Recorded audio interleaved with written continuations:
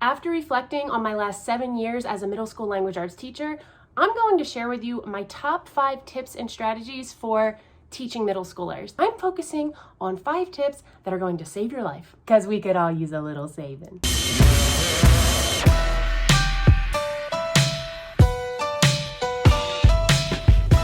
Alexa Brody here. Welcome back to my channel, Teaching with Alexa, where I take you through my first year teaching high school English, but also giving you tips and suggestions based on my prior... Created on March 5th. Alexa, off.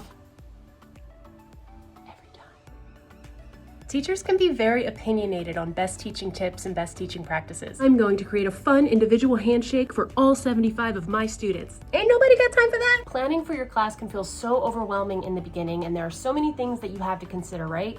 Start off with your routine. Advice, tip, strategy number 1, know your routine, what it's going to be before you even think about how you want to organize your classroom. Know what your norms are going to be. Know what your non-negotiables are going to be.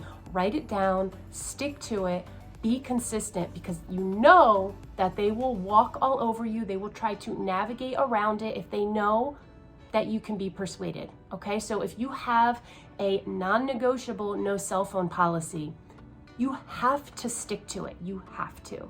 If you have a non-negotiable, do not ask me to go to the bathroom unless it's an emergency, you have to stick to it. You'll see over time, get over all the huffing and puffing at first, but over time they will stop asking you, or at least they will not ask you as much, and they will try to use the bathroom in somebody else's class if it's a non-negotiable. Your routines should be short, sweet, and practical. Too many routines, you're not going to remember them. Your students sure as heck are not going to remember them. Even if you have a list of 10 routines posted on your wall on a poster anchor chart paper, they're not looking at them.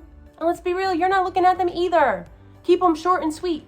And practical is important, because if they're difficult to get through, it's frustrating for everybody involved. So routines, know your norms, know your non-negotiables before you do anything, and keep them short and sweet and practical. Moving on. Tip number 2, connections and knowing something about pop culture. If you want to maintain their attention, I'm Megan Thee Stallion, they need to know how what you're teaching, they can apply it to their life. Or they need to see it in a way that's entertaining. You know how these kids are with technology and their phones. Sometimes this means watching movies or shows that you really don't want to watch, but you just sacrifice it for the sake of being able to connect to your students. Sometimes you listen to music that you know they're listening to. Maybe it resonates with you, maybe it doesn't. It really helps if you know something. If you're ever feeling stuck with how to make a connection or how to apply pop culture or current events into your lesson, please check out News ELA. It's free. No, my video is not sponsored by News ELA, but it's absolutely wonderful. If you love it, you can go ahead and buy whatever it is they offer, but I don't pay for anything. News ELA has been a nonfiction, current event, pop culture lifesaver in my classroom.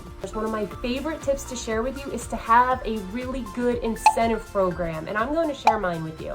While it would be nice if every middle school student just had this intrinsic motivation or just new structure, new discipline, that is just not the case, and having a classroom incentive program does not hurt. Sometimes when I see my students going above and beyond or doing something exceptionally well or being exceptionally kind, I do want to do something for them. There's a really good chance if you're teaching middle school that your school has an incentive program.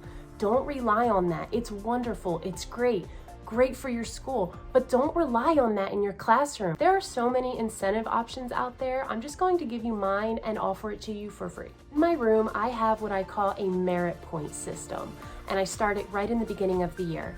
I put something, our little merit point race, up on my wall. It's a class competition, but it's also individual as well. I wish that every teacher was doing something like this, because it literally saves me sometimes. And it's broken up into 2 categories. They have their class competition, but we also have an individual reward system. So just talking about the class competition, I have a race going on in the wall amongst my 3 classes. They get to choose their symbol that they can race with week after week, and it's a race to the finish. Whoever gets to 60 points first, for me, they earn a merit point party. Something else I really like about my merit point system is when they're working in small groups, we know how challenging this can be, particularly in the beginning. And it's a really good way to keep them focused, because when they see that I'm at their behavior chart with, my little Jennifer Lopez pictures, if they see that it's going down one by one, students will kind of get their group together. Hey, focus, pay attention, we're about to lose a point. Yeah, we wish that intrinsically they would just do what they're supposed to do, but doesn't always happen. So it's just nice to have this merit point system in place, just in case. Now, sometimes it does seem that the same 10 students are earning merit points for their class over and over again, so I like to do something special for them. Each Friday, after we read off their points, I strike a line through them, and I give each student their point back. And I say, save it, because one day you'll be able to buy something with your points. Hopefully there's a link above my finger. I'm providing a free resource for you. If you would like the template for these merit points, go ahead and click here. My last teaching tip for you today is showing your students respect. Now, this can be easier said than done sometimes. Even in the most trying of times, when they are really testing your patience, try your best not to be reactive and to continue to show them respect, because it's our job to model for them self-control. A couple of ways that I show my students respect: I always look them in the eye, and I always listen to them. Even when they're going off on a rant, I might not always know what to say. I might be angry, but I'm listening. I always personally greet them. It doesn't matter what happened the day before. If we got into it the day before, it doesn't matter. I still greet them, I still smile, I still look them in the eye, even though they don't always look you in the eye back, but it's okay. We are teachers, but we're also human beings. We have our limits, we can be pushed to the deep end. So when you find that you are being angry or reactive or going all anti-Christ on your students, just remember, you can talk about it with them the next day. Own it, don't ignore it, give them that respect, and move on with your life. It's okay. Truth is, if you embarrass one of your students, maybe you yell at them, shame them, embarrass them, you might be thinking that you're showing them tough love. Maybe you think that you're showing them. You're not. Ultimately, all you're doing is you are breaking the trust that you've probably tried really hard to build. You're better off just not doing it. And one more thing, when you are establishing your routines, making your connections, creating your incentive programs, and showing respect, make sure that you are doing it in a way that is authentic to you, that is of your own style. It's okay to mimic what someone else is doing if it truly resonates with you, but if it doesn't, you need to stop and just be yourself and do what is the most practical and authentic for you.